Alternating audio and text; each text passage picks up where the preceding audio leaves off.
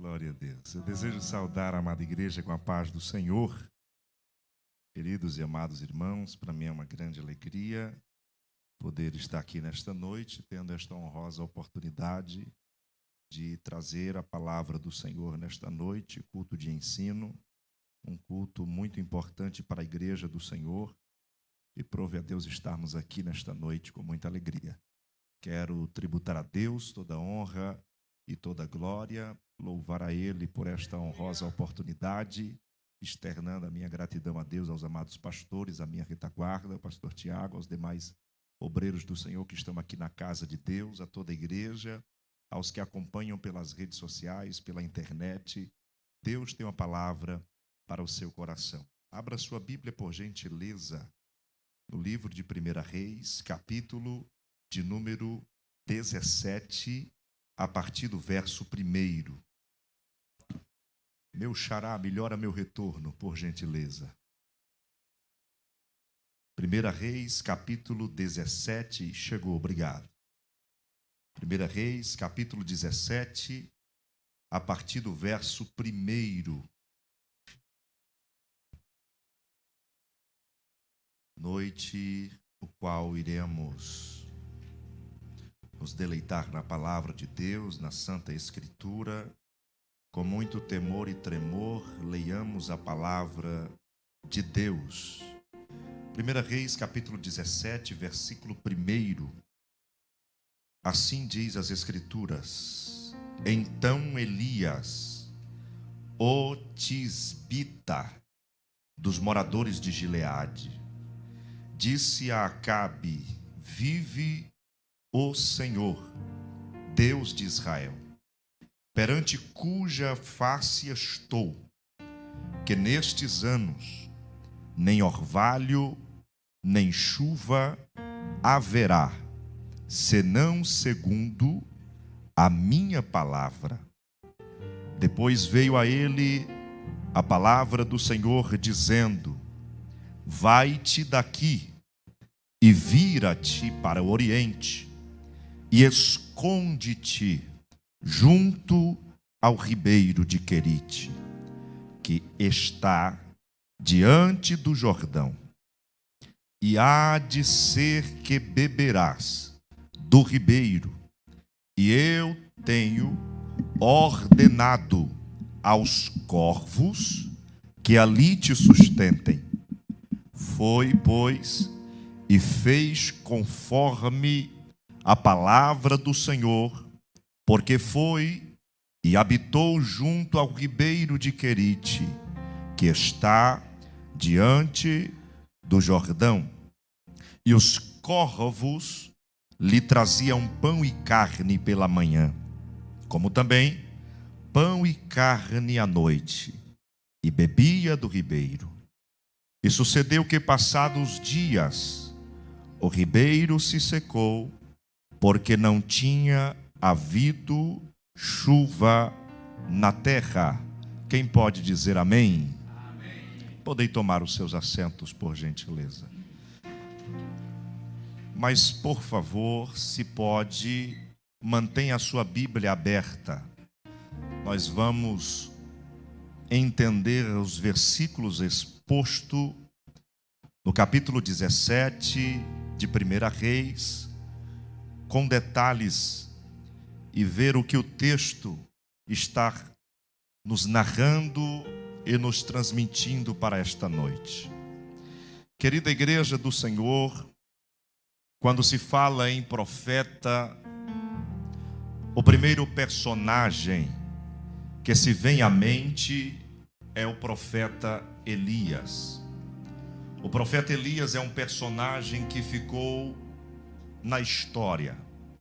O homem marcado pelo ministério ilibado que teve.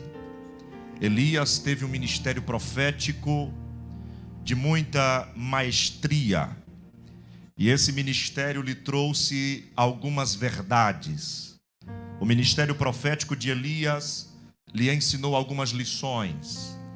Deus, através de muitos fazeres, momentos e ambientes, vai ensinar o profeta Elias determinadas situações, que dentre todos os contextos do livro de 1 Reis, podemos absorver ensinamentos proféticos, ensinamentos profundos, que possamos levar para a nossa vida. E o Espírito Santo de Deus me trouxe ao contexto de 1 Reis, no capítulo 17, para trazer algo para o nosso coração, lições para a nossa vida nesta noite. Eu não quero ser cansativo, desejo ser sucinto em minhas palavras e bem objetivo. Mas a palavra que Deus colocou no meu coração é algo ímpar, algo especial, que com certeza encontrará o endereço certo para pousar na vida de alguém. O contexto de 1 Reis, você vai observar o profeta Elias meio que iniciando a sua caminhada com Deus, a sua caminhada profética. A Bíblia não vai fazer referência sobre o pai de Elias, a Bíblia não vai fazer referência sobre o ambiente propício genealógico de Elias, quem era o seu pai, quem foi sua mãe. A vida de Elias não tem muitos detalhes. O capítulo 17 vai expressar com muito suavidade e superficial, dizendo: então Elias, o tisbita, Elias, como já falei, que tinha um chamado profético, uma chamada profética eminente na terra. Alguém que foi usado por Deus diversas vezes, e nós encontraremos aqui muitas delas. O profeta que atuou no Antigo Testamento, que ministrou ao reino de Israel por volta de 900 anos antes de Cristo. A sua história possui um papel muito ativo na narrativa bíblica. E eu quero que você redobre a sua atenção para entendermos e destacarmos alguns dos episódios da trajetória do profeta Elias. O profeta Elias foi o que avisa acerca da seca iminente, e logo ele vai se isolar. Você vai perceber também no ministério de Elias a luta no Monte Carmelo, onde ele enfrenta os profetas de Baal. Você vai perceber outro episódio na vida de Elias, que é muito conhecido na Bíblia, a profecia de Acasias, ou até mesmo a sua translação aos céus, o qual foi levado em um redemoinho de vento, e a sua capa ficou para o seu sucessor Eliseu. Então vemos que o profeta Elias era um personagem muito importante na narrativa bíblica. E o texto vai continuar dizendo: então Elias, o tisbita. Tisbita não era o seu sobrenome. Tisbita não era tampouco o nome familiar. Tisbita não era uma herança, uma marca familiar. Tisbita dá-se a entender o local de sua origem, ou de onde ele era. Tisbé, ou Tisbe, era uma cidade da região de Gileade, no Oriente Médio Antigo. Acredita-se a tradição que Tisbe está localizada nas montanhas de Gileade, identificado com um local próximo ao rio Jaboque. Mas são tradições, nada comprovado cientificamente. Até os dias de hoje não se sabe por certo a localização de Tisbe. Entendemos, se você puxar a geografia, o mapa de Gileade, você não vai encontrar Tisbe. Um lugar desconhecido, e para simplificar para a vida de alguém que me ouve nessa noite, um lugar nenhum, um lugar qualquer. Elias não se depara num ambiente de honra pelo lugar que ele era inserido. Como vemos padrões e repetições na humanidade por gerações e gerações, aonde o lugar destaca o homem, onde a posição destaca o homem, onde a descendência ou aqueles que cercam destaca o homem. mas vemos um contraditório da tradição. Tisbe é conhecido por causa de Elias, não Elias por causa de Tisbe.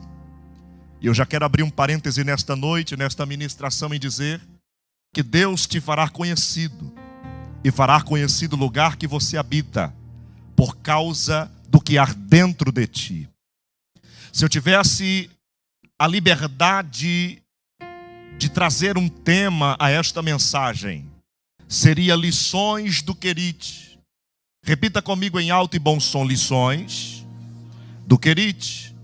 Mais uma vez, lições do Querite.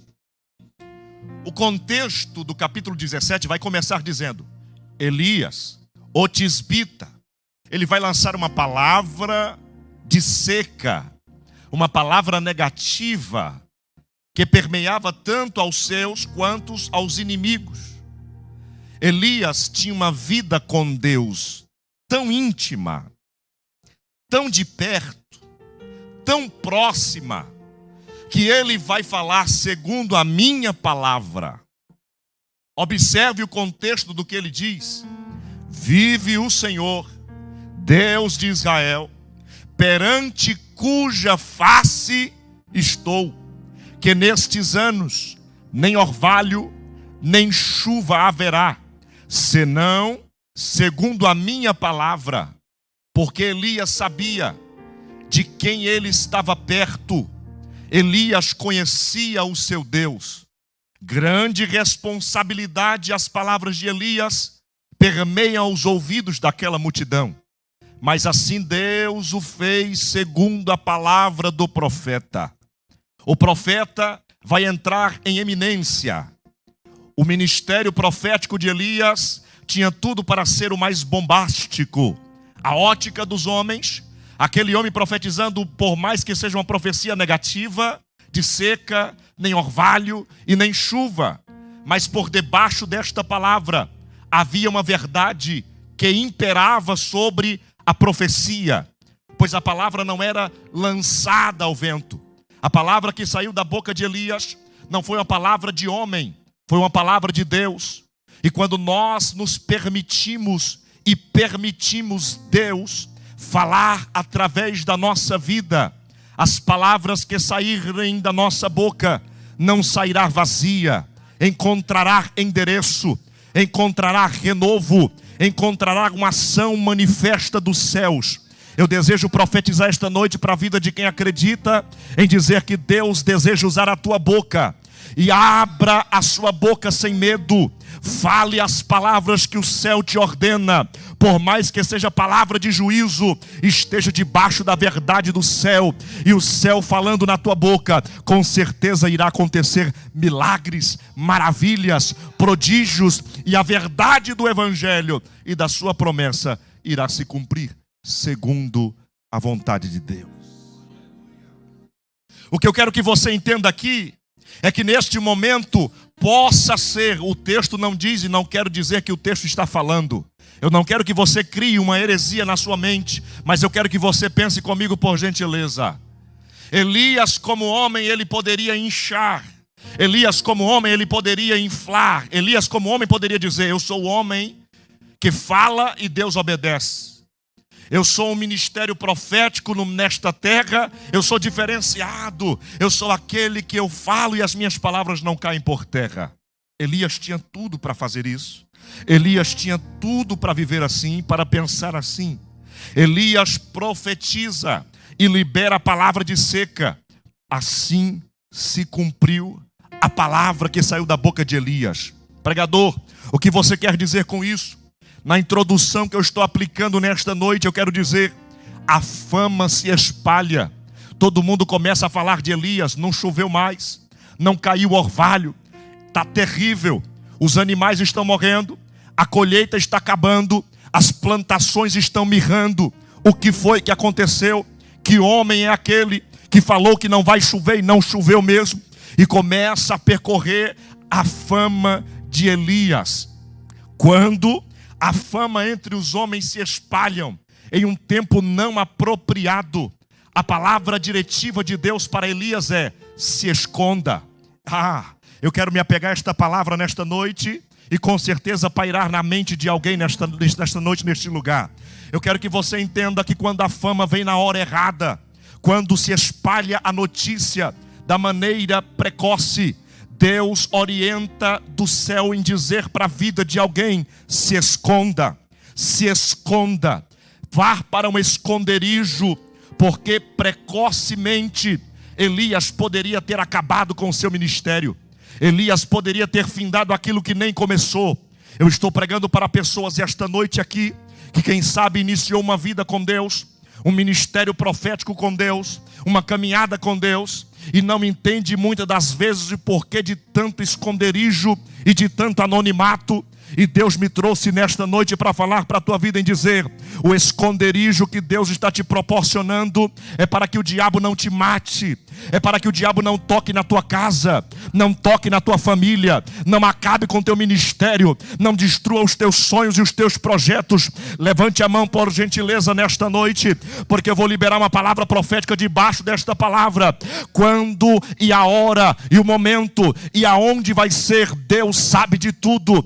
Deus sabe onde será o lugar, Deus sabe quando será o momento, Deus sabe que porta será. Não desespera o teu coração, não aflige-se com teu Deus em oração, mas creia nesta palavra e entenda: o momento é dele, a hora é dele, a porta é dele, quem levanta é ele, quem abate é ele, quem cura é ele, quem renova é ele. E se Deus está dizendo se esconda, se esconda. Se Deus está dizendo se guarde, porque o diabo tentará destruir aquilo que é para você viver na terra. A primeira lição que eu entendo de Deus para o profeta Elias é que na ótica do homem o tempo era aquele: surfar na fama. Mas o ministério profético, uma vida com Deus, o ministério com Deus, não faz sentido pela ótica do homem. Porque Deus não te levanta para te trazer fama. Deus não te levanta para te fazer famoso. Deus te levanta para você tornar sua palavra conhecida. Não existe grandes pregadores. Existem grandes mensagens. Mensagens que são inspiradas pelo Espírito Santo. Mensagens que são banhadas no óleo, no azeite da oração. Mensagens que estão debaixo dos joelhos dos profetas, homens e mulheres de Deus, que abdicam de suas vidas, dos seus desejos, para fazer a vontade de Deus. Mensagens que vêm para transformar a vida do pecador. Mensagens que vêm para libertar o cativo e trazer liberdade àquele que está prisioneiro. Eu tenho uma palavra de Deus liberada nesta noite para a sua vida. Se esconda. A palavra de Deus para a vida de alguém nesta noite é: se esconda. Se esconda. Salmos 91, aquele que habita no esconderijo do Altíssimo, a sombra do Onipotente descansará. A palavra de Deus para a vida de alguém nessa noite é: se esconda. Se esconda, se esconda. Se esconder não demonstra fragilidade. Se esconder não demonstra medo. Se esconder demonstra maturidade. E entender que não é o tempo, não é a hora, não é o lugar, não é a porta. Entenda nesta noite, Deus quer te trazer menções de veracidade para a sua vida. Entenda que não é o momento de aparecer, é o momento de se esconder. As lições que o Querite vai trazer à vida de Elias é: há tempo para tudo, até para se esconder.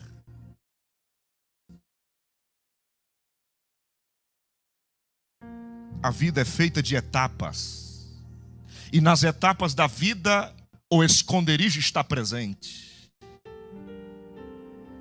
O esconderijo. O momento de se esconder. Aquele momento que não nos vemos mais no Instagram, no Facebook.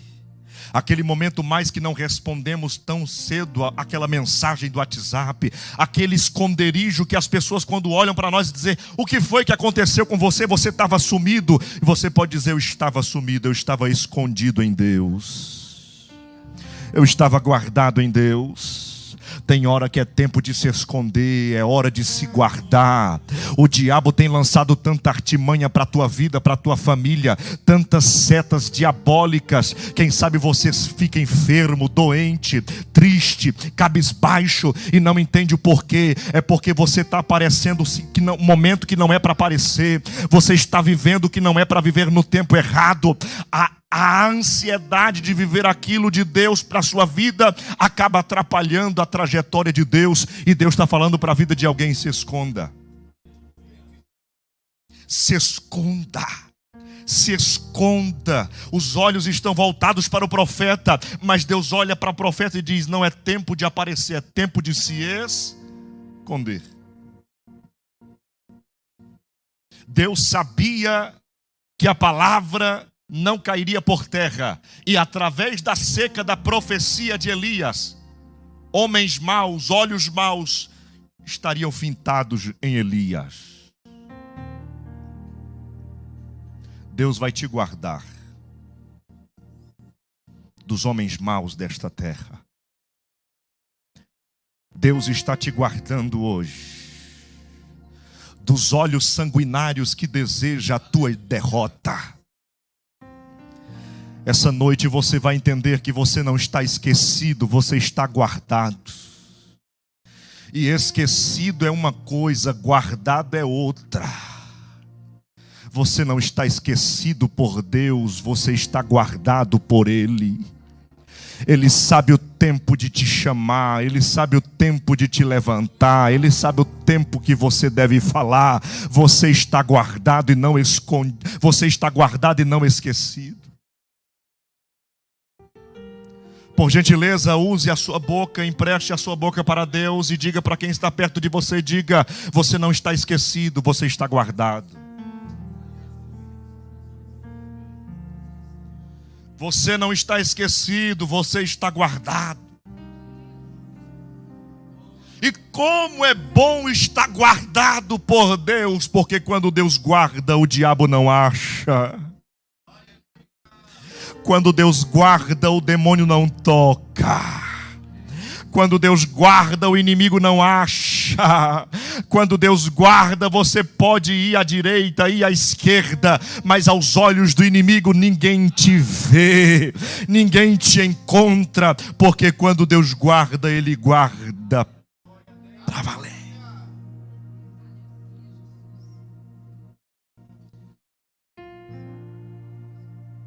No Rio de Janeiro, quem me contou essa história foi o pastor Amós. Eu não me lembro a comunidade, mas acredito que seja a Rocinha, o Rio das Pedras. Isso. Uma senhorinha de idade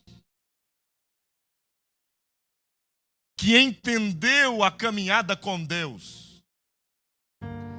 Saiu do culto, foi em casa, e ela passa por homens, adolescentes, jovens fortemente armados. E naquele dia parece que ouvia rumores que a polícia ia fazer uma operação e estava todo mundo aos nervos. Ela passa do culto, vai para casa para trocar de roupa e voltar para a vigília. Quando ela vai passando, os meninos dizem: ô tia, não pode mais voltar para cá, porque o negócio vai dar ruim para a senhora. Ela olha para os garotos e diz: quem está comigo me guarda. E ela passa. Ela vai em casa. Quando ela está de longe voltando, ele grita de longe: tia, não dê mais nenhum passo. A senhora não vai passar. E ela disse de longe: quem está comigo me guarda. E quando ela dá um passo, o semblante dos meninos muda. Ela passa por eles e aí eles dizem: boa noite.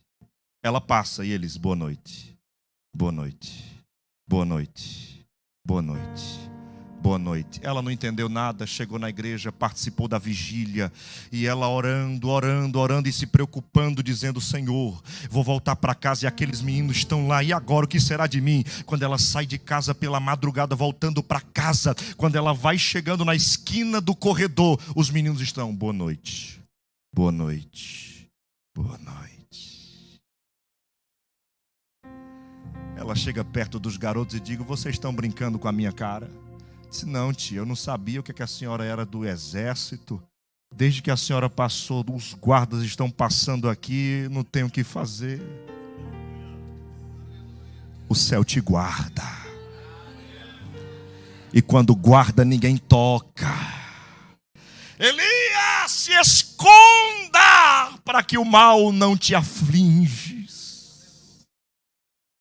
Muitas das vezes queremos ser guardados por Deus, não queremos passar pelo sofrimento, mas não obedecemos a palavra de se esconder, queremos aparecer.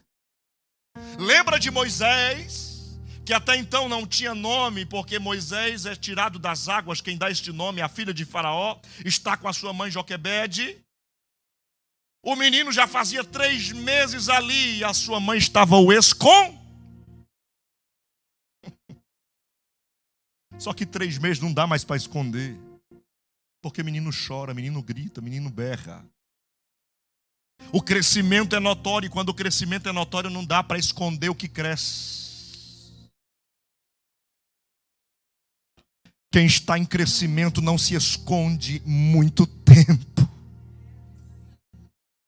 Pode até esconder por um tempo, mas depois não dá mais para esconder. A hora de Deus chegará para a sua vida. Você está em crescimento e o tempo de Deus chegará no tempo hábil. Eu quero que você entenda a palavra de Deus para o profeta Elias. Deus dá um direcionamento: se esconda. Deus ordena a ele para que saia dali, se esconda. Alguém desejava o mal de Elias por ser boca de Deus, e é tempo de estar guardado. Escondido é diferente de esquecido. Observe que quando o texto vai dizer, vamos para o texto: então Elias, o tisbita, dos moradores de Gileade, disse a Acabe: vive o Senhor, Deus de Israel, perante cuja face estou, que nestes anos nem orvalho, nem chuva haverá, senão segundo a minha palavra. Depois veio a ele a palavra do Senhor, dizendo: vai-te daqui, vira-te para o oriente. Olhe para cá, Deus tem direcionamento. Deus não irá te esconder em qualquer lugar, Ele tem o endereço certo. Vira-te para o oriente, esconde-te junto ao ribeiro de Querite. Agora eu vou segurar aqui, olhe para cá. Esconde-te junto ao ribeiro de Querite. Ribeiro, repita comigo: ribeiro. Diga mais forte: ribeiro de Querite, que está diante do Jordão. Olhe para cá. Agora vamos pensar aqui no texto. Deus não manda Elias para o Jordão. Deus manda Elias para o ribeiro de Querite. Irmão, Querite significa corte, posto na medida. Olhe para cá, olhe para cá, olhe para cá. Diante do Jordão há um ribeiro, e o ribeiro é um pequeno curso de água. Deus não manda Elias para o Jordão, para o Rio Grande, extenso. Deus manda Elias para o ribeiro de Querite. Por que Deus manda Elias para o ribeiro e não para o Jordão? Se pela ótica humana o Jordão tem mais água do que o Querite. Querite é um braço, é uma extensão pequena, é um pequeno curso de água. E Deus está ensinando uma verdade e uma lição profunda na vida de Elias. Ele faz provisão do pequeno, manter no secreto, vivenciar o oculto na medida da dependência de Deus. Formulando: Deus manda para o Querite porque Deus sabia que o Querite iria secar. Se Elias vai para o Jordão, ele fica autossuficiente. Aqui tenho água, aqui não me falta. Querite falta, gera dependência. Onde tem provisão, eu me sinto autossuficiente. Parêntese, eu quero falar essa palavra para a vida de alguém. Cuidado com a autossuficiência. Deus quer que você seja dependente. Eu vou repetir isso, porque essa palavra é profunda e profética. Deus quer que você vá para o Querite e o ribeiro de Querite, porque Ele quer demonstrar a sua vida, a dependência total de Deus. Quando você está no ribeiro, Deus é tudo na sua vida. Quando você está nos tempos curtos e pequenos, Deus é tudo na sua história. Quando você está vivendo os tempos difíceis na sua vida, Deus está de manhã, Deus está de tarde, Deus está de noite. Quando vivenciamos o ribeiro de Querite, vivenciamos experiências sobrenaturais com Deus. Muitos de nós vivenciamos no Jordão e já não ouvimos com tanta sensibilidade a voz de Deus, já não obedecemos com tanta ênfase à voz de Deus.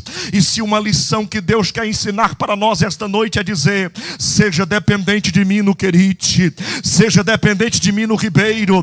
Por mais que há uma limitação, Deus quer fazer você viver milagre.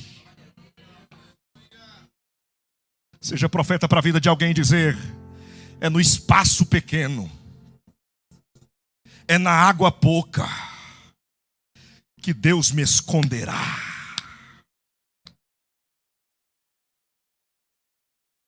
Alguém está escondido por Deus? O Espírito Santo está falando comigo dizendo: tem morada esta palavra. Esta palavra tem morada na vida de alguém nesta noite. Querite significa corte, posto na medida. Elias profetiza e a palavra se cumpre. E ele dizendo: segundo a minha palavra, Deus leva ele para Querite. Para quê? Para ser cortado, para ser posto na medida. Porque o ministério com Deus não existe grande. Não tem espaço para soberba. Não há espaço no ministério de um obreiro, de um homem de Deus, de uma mulher de Deus, espaço para grandeza. Não há. Não há. Me mostre na Bíblia. Não há. Quando é humilde não é grande. Quando é grande não é humilde. Quer dizer, pregador, que Deus não honra? Honrar é uma coisa, tornar grande é outra. Deus pode te honrar pequeno. Lembra de Êxodo 3? Moisés está subindo ao monte de Deus, cuidando das ovelhas de seu sogro Jetro, o sacerdote de Midian. E de repente ele olha para um lado, tem uma sarça. A sarça é um arbusto, uma acácia do deserto, espinhosa, pequena, que ficava no meio do deserto. Dentre tantas espécies de árvore, mais de 120, Deus usa a sarça para falar com Moisés. Por quê? Dentre tantas características da sarça, Deus queria usar uma. Qual? A pequenez. Sarça não cresce muito. Ela sempre é pequena.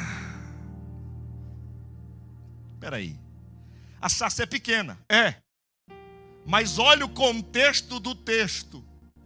Moisés precisou subir a montanha de Deus, ao monte de Deus, para ver a sarça. A sarça era pequena, mas estava no alto. Deus vai honrar pequenos aqui nesta noite. Deus está guardando uma geração aqui nesta noite. Deus está guardando a tua vida nessa noite. Deixa eu liberar uma palavra profética sobre a tua vida. Deus está guardando a tua família nesta noite. Deus está guardando a sua casa nesta noite. Aonde houver um parente familiar teu, Deus está indo lá, livrando de assalto, de acidente, morte, do homem mau, do homem sanguinário. Deus está te guardando e Ele vai te honrar no alto, mesmo sendo pequeno. O lugar Deus preparou. Vamos continuar no texto. Observe que Deus dá o direcionamento. Porque Deus não manda, não dá uma ordenância sem direcionamento. Repita comigo: Deus não dá direção sem alvo. A não ser que ele deseja trabalhar em específico, como no caso de Abraão. Deus fala para Abraão, filho de Terá, o homem que era esculpidor de imagens de esculturas de deuses pagãos. Deus chega nesta família conturbada pela idolatria, acha Abrão, que até então era Abrão, e conversa com ele dizendo: sai da tua terra, da tua parentela, porque uma terra é uma coisa, da parentela é outra. Sair da terra ele poderia ir para outra região, mas a parentela lhe abrigava. Deus disse bem específico: vai para longe da terra, da parentela, e vai para uma terra. O quê? Aonde? Eu vou te mostrar. Um homem que nunca viu milagres extraordinários, nunca viu maná cair do céu, fogo cair do céu, mar se abrir, mas foi o pai da fé. Quando Abraão estava cansado, triste, Deus falava com Abraão dizendo: Abraão, sai da tenda, conta as estrelas. E ele começava a contar. Perdi a conta, Senhor. Essa é a tua descendência. Quem tem promessa não fica de cabisbaixo. Olha para cima, porque é de cima que vem a resposta. Observe no texto. Eu já estou me direcionando para o fim. Olhe para cá, por gentileza. Esconde-te junto ao ribeiro de Querite, que está diante do Jordão. Por mais que o Jordão esteja diante de nós, como assim? Deus te guardando no pouco e à frente de ti você olha teu irmão no muito. É você bebendo do pouca água que corre pelo ribeiro, enquanto tem alguém bebendo do Jordão que é muita água. Aí você questiona com Deus, reclama com Deus, dizendo: Deus, por que é isso? Porque fulano de tal é abençoado e eu não sou. Porque eu estou comendo pouco, meu irmão comendo muito. Porque eu estou vivendo isso e o meu irmão não está vivendo. E Deus manda falar para a vida de alguém nessa noite: ele pode estar no Jordão, mas quem está guardado por mim é quem está no ribeiro.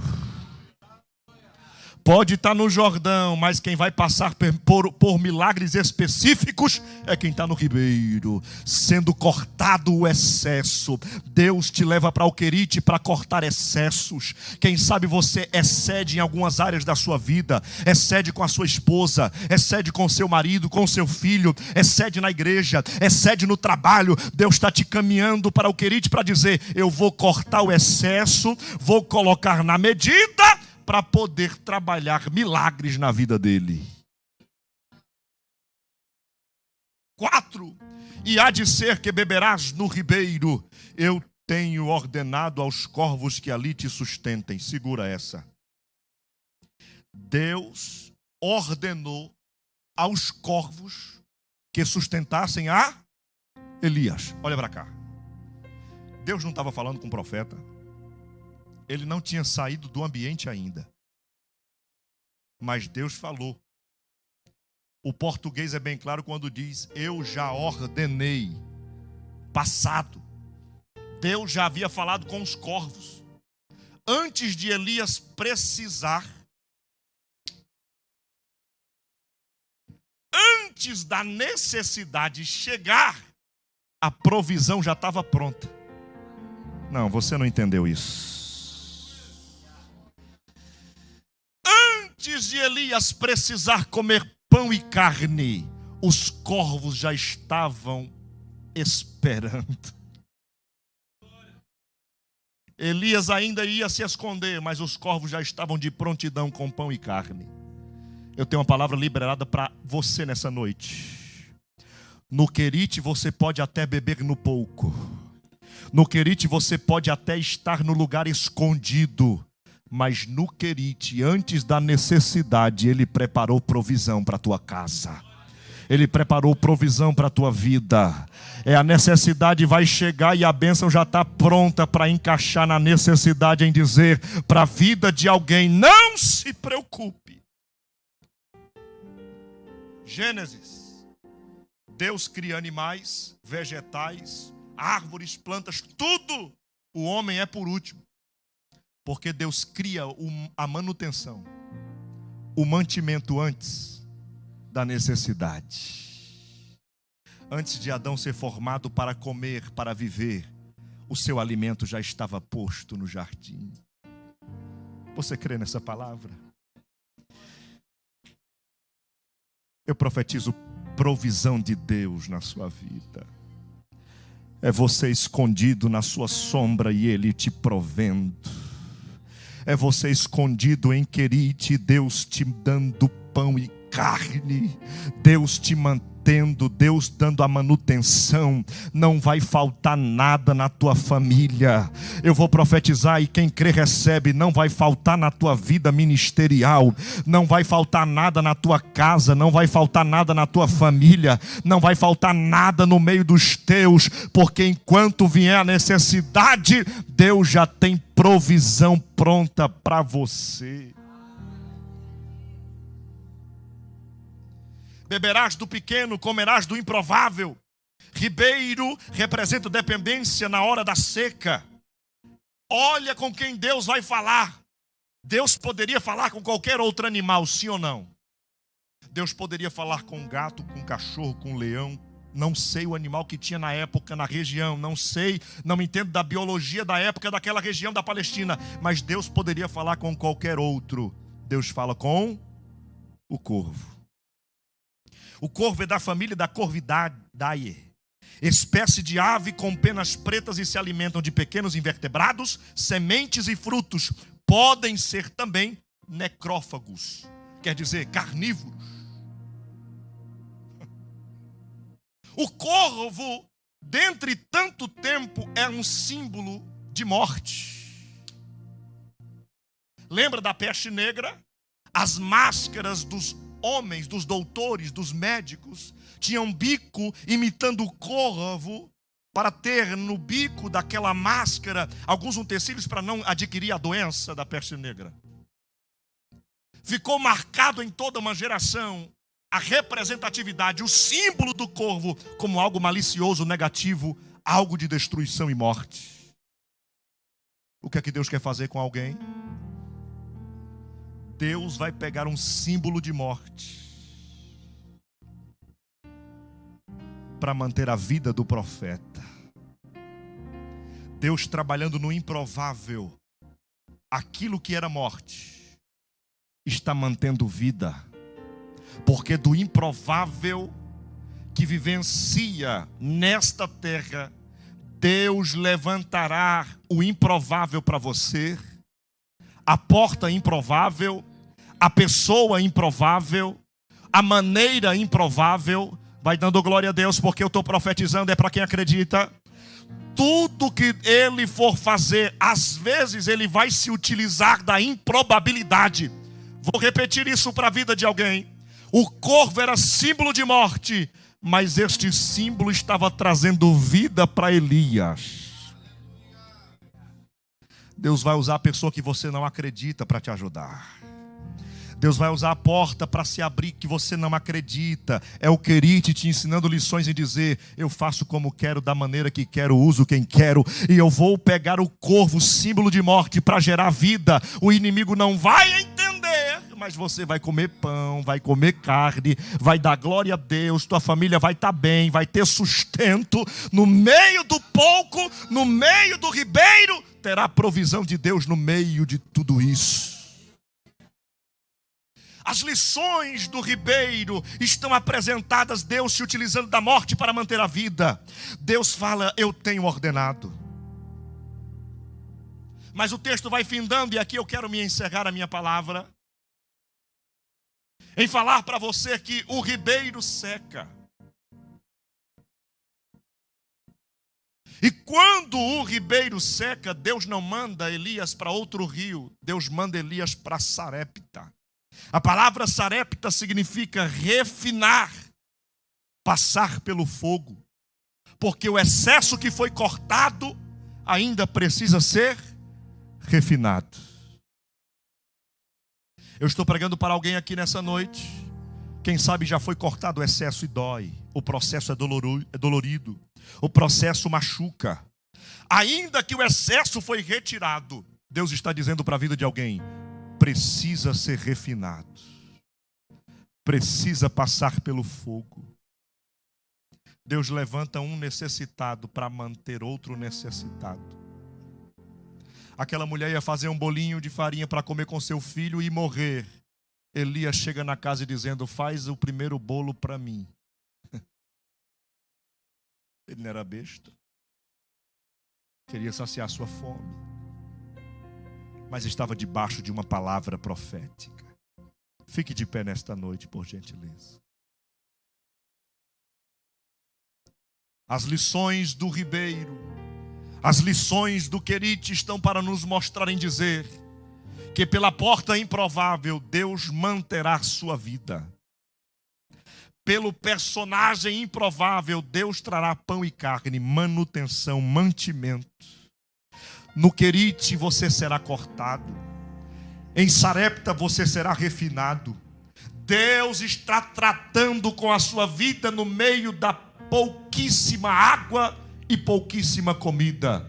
Deus está dizendo para a sua vida nesta noite: se mantenha no ribeiro, permaneça no esconderijo, porque o tempo de falar vai chegar, o tempo de cantar vai chegar, o tempo de fazer festa vai chegar, o tempo de fazer o voto, o culto na sua casa vai chegar. O tempo de pagar voto vai chegar. O tempo de subir no púlpito e dizer: recebi minha vitória, vai chegar. Mas o Querite é necessário. Sarepta é necessário. E que você tenha maturidade de não questionar a Deus, mas entender e obedecer em dizer: a chamada que eu tenho com Deus me faz necessário passar pelo Querite, por Sarepta, viver no ribeiro. Eu vou fazer uma oração e após a oração o conjunto vai louvar a Deus. Fecha os teus olhos. Ó Deus, esta noite eu estou pregando para homens e mulheres que estão debaixo da tua poderosa ordenança. Homens e mulheres que precisam de direcionamento. Homens e mulheres que precisam de um lugar para se esconder.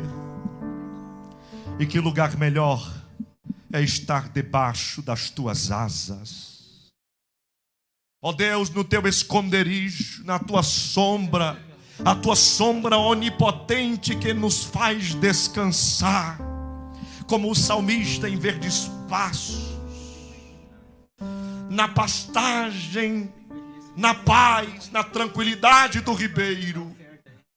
Seremos dependentes de tua vontade.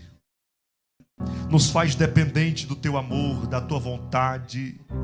Senhor Jesus, corta o excesso da nossa vida, refina-nos, trata o nosso ego, trata a nossa vida, seja em qual área for da nossa vida que precisa de conserto, de corte, de ser refinado, mas que nós possamos ter uma profundidade com o Senhor de dependência, de entender que o córrego pouco, a água pouca, o pão e a carne demonstra dependência e cuidado de quem se esconde na tua palavra. Te louvamos e te bendizemos por tudo em nome de Jesus.